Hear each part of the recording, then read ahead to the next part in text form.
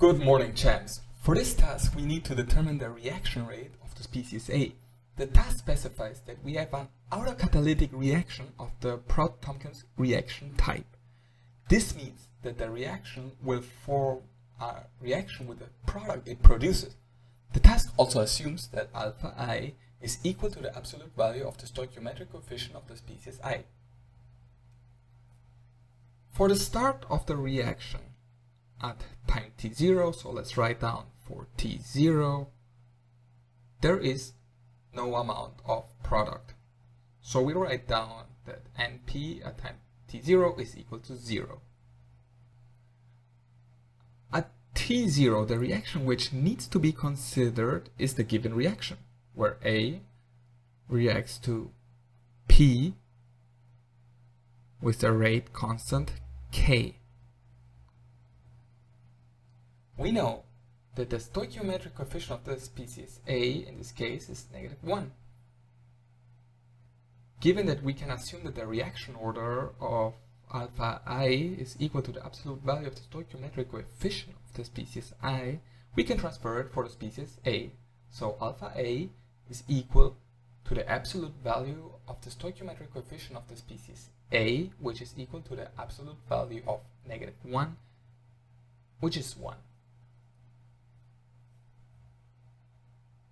The reaction rate of the species A will result in the stoichiometric coefficient of the species A, which is -1, times the rate constant K, times the concentration of our reactant, which is Ca, elevated to its corresponding reaction order alpha A, which is 1 in this case.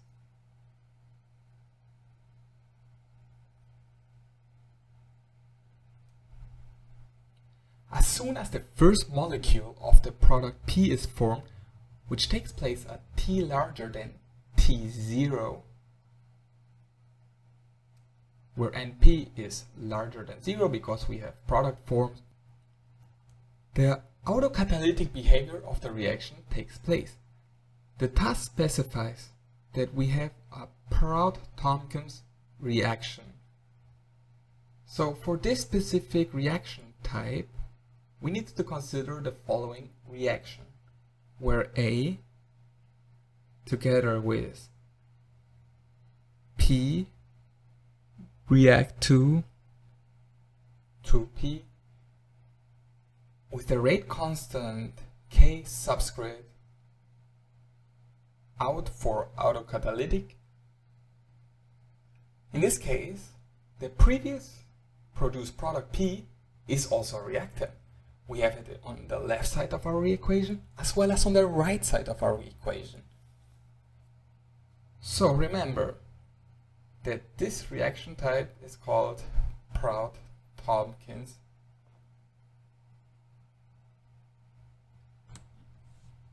So the stoichiometric coefficient of the species A is -1, which will result in alpha A being the absolute value of the stoichiometric coefficient of the species A, which is -1, resulting in alpha A being 1.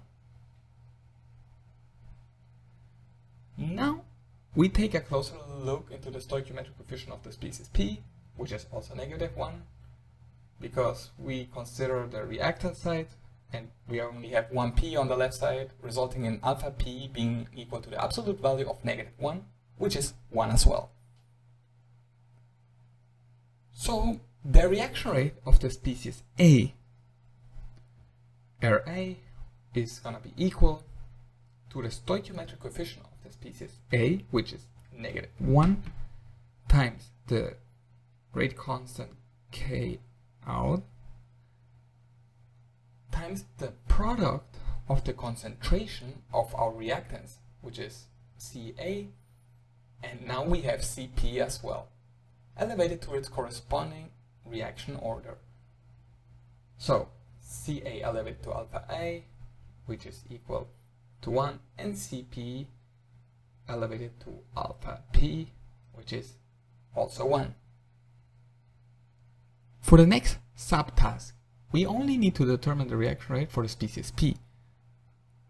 For this task, we only need to take a closer look into the following reaction, where A and P will react to 2P with a given rate constant K. Also, in this task, we assume that alpha A is equal to the absolute value of the stoichiometric coefficient of a species I. In this case, P is going to be a reactant because it's on the left side of the equation, as well as product as it is on the right side of the equation as well. So for the reaction rate P, we need to take a closer look into the reaction rate of the species P as a product and the reaction rate of the species P as a reactant. In the first step, we'll take a closer look into the reaction rate of the species P as a product. So for RP product.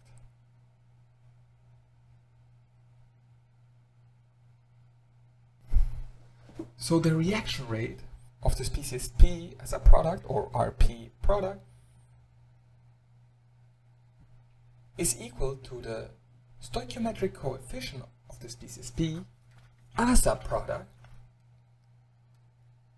times the rate constant K times the product of the concentration of the reactants, which is Ca times Cp, elevated to their corresponding reaction order. So Ca elevated alpha A and Cp is going to be elevated to alpha P. The task description specifies that we can assume that alpha of the species I is going to be equal to the absolute value of the stoichiometric coefficient of the species I. Hence, alpha A is going to be equal to the absolute value of the stoichiometric coefficient of the species A, which is the absolute value of -1, which will result in 1.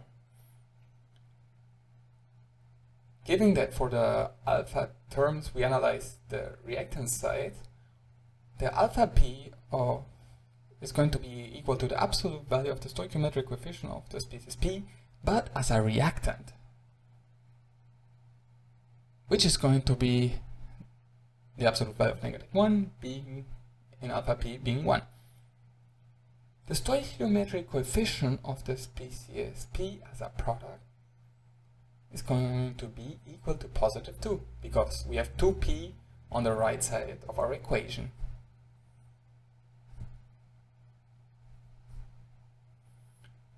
So the reaction rate of the species P as a product will result in the stoichiometric coefficient of the species P as a product, which is +2, times the rate constant K, times concentration of the species A elevated to alpha A, which is 1, times the concentration of the species P elevated to alpha P, which is 1 as well.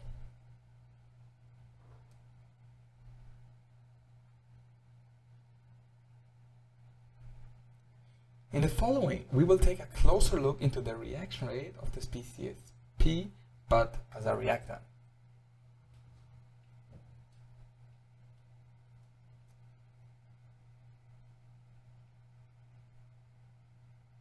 So let me just repeat the chemical equation because we cannot see it at the screen at the moment. A plus P react to rate constant K to 2P. Alright. The reaction rate of the species P as a reactant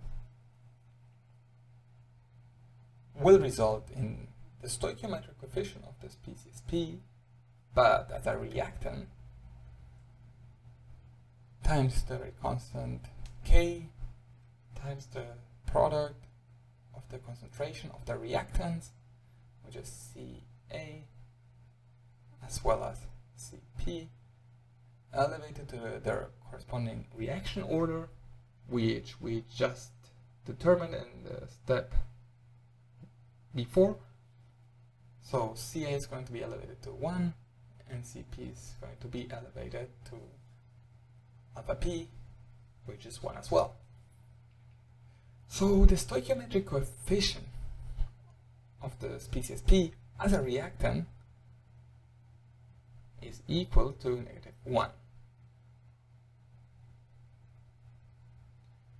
So now we can determine the reaction rate of the species P as a reactant.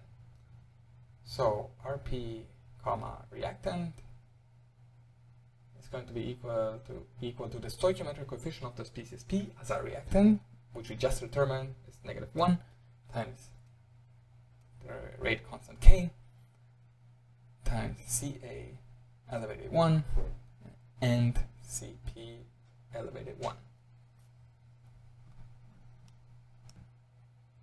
Now that we have determined the reaction rate of the species P for the reactant and product part, we can insert it in the previously established formula, and we can conclude the reaction rate of the species P.